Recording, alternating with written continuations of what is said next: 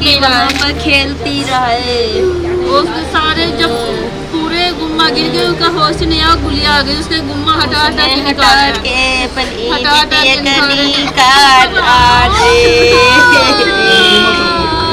कि आज बच्चा इस स्टेज पे है कि वो अपने वेंटिलेशन पर है और अभी कुछ कह नहीं सकते। 4 और 4:30 बजे दिल्ली के सावन पार्क का जो एरिया है अशोक विहार फेज़ 3 के अंदर एक दर्दनाक हादसा हुआ है। हादसा ये था कि निर्माणाधीन बिल्डिंग जो बन रही थी, जैसा कि हमने दिखाया आपको कि इस बिल्डिंग के ऊपर के हिस्से का एक पूरा ब्लॉक लगभग 150 से 200 ईंटें अचानक से नीचे आकर गिरी और यहाँ पर जो परिवार था वो पूरे परिवार के लोग बैठे हुए थे और एक 7 साल की बच्ची इन ईंटों के नीचे दब गई।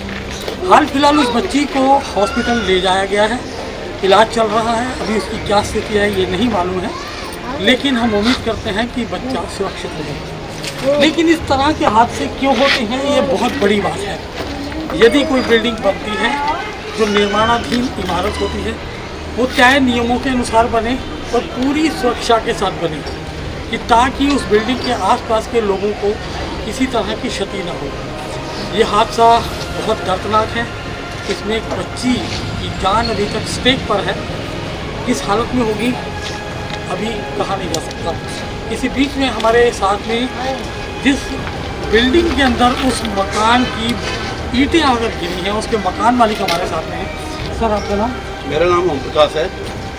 ओम प्रकाश जी, क्या हादसा था? हादसा तो बहुत बुरा था।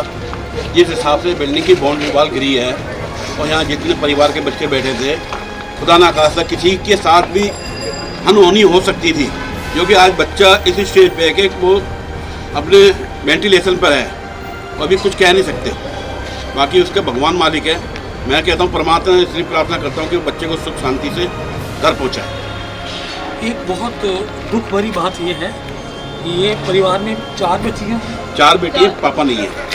उनके 4 बेटियाँ हैं जिससे कि उनके पापा नहीं है, उनकी मदर है। घरों में मेड का काम करती है, बर्तन दाल सफाई वगैरह करती हैं, उसी से उन बच्चों का पालन पोषण कर रही हैं। तो ये हादसा कितने बजे का था? 4 बजे का। क्या हुआ क्या था? ये हम तो यहीं पे बैठे रहे, मेरी लड़की यहाँ पे खेलती थी। हमारी जेठानी, हमारी बहन, हमारे तीनों बच्चे रहे, ये रहे 4 बच्चे रहे, एक वो बगल रहा, वो लड़की वहाँ पे रहे। कितने साल की बिटिया थी जिसको? वो 6 साल की है, मेरी लड़की 6 साल की। वो कुछ ऊपर थे, पता नहीं क्या ठका सुबह से पता नहीं क्या कर रहे हैं, मलवाला कपड़े परे रहे तो सारे रेते में भर गए रहे, तो हमारे बच्चे दोबारा धूल के डरा हुआ रहा। उसके बाद ही पता नहीं क्या ठोका, हमने तो पंचे यहाँ ध्यान नहीं दिया, पर ठोक रहे बना रहे हम कुछ ध्यान नहीं दिया। ये एकदम से मेरी बेटी के ऊपर दीवार लगी, बांस रख के ठोके,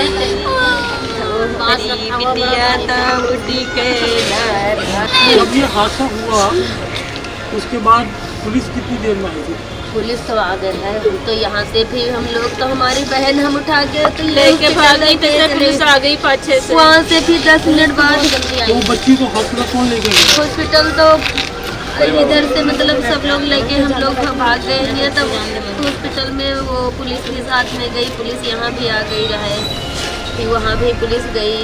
यहाँ पे बैठे हैं, मैं रहा, मेरी जेठानी रहा, मेरी बहन रहा, मेरी बहन का बच्चा रहा है, हमारी 3 बच्ची रहा, लड़की और सारे परिवार सहित रहा, परिवार सहित रहा। तीनों बहनी ऊपर रहती है ना, घटिया जहाँ पर ही तो सारे लोग यहाँ पे बैठते हैं। जब वो लड़की वहाँ पर खेलती रहे, उसके सारे जब पूरे गुम्मा गिर गए, उसका होश नहीं आया, गुलिया आ गई, उसके गुम्मा हटा हटा के निकाला।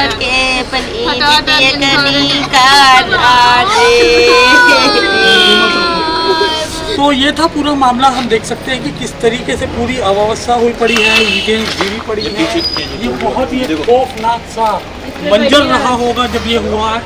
हालांकि जिस वक्त ये हादसा हुआ उस वक्त ना कोई मौसम खराब था, ना कोई आंधी थी, ना तूफान था और ना ही बारिश थी।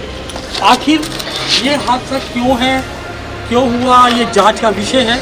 और ये जो बिल्डिंग डिपार्टमेंट है केशवपुरम जोन के अंदर आता है, निश्चित तौर पर इस जोन के अधिकारियों को देखना होगा कि आखिर किस तरीके का मटेरियल इस बिल्डिंग में लग रहा है। अभी तो ये निर्माणाधीन है, खुदा न खास्ता अगर कल को कोई बड़ा हादसा भी और हो सकता था। इस तमाम तरह की जो अनियमितता है इस पर कहीं ना कहीं अंकुश लगाया जाना बहुत ज़रूरी है। दिल्ली में आए दिन इस तरह के हादसे होते हैं कि निर्माणाधीन बिल्डिंगों के अंदर अनियमितता को चलते पूरी तरह के सेफ्टी गार्ड्स नहीं लिए जाते, जिससे कि आस पड़ोस के लोगों को दिक्कत होती है। आज के लिए इतना ही, शीघ्र मिलते हैं नए एपिसोड के साथ। जय हिंद, जय भारत।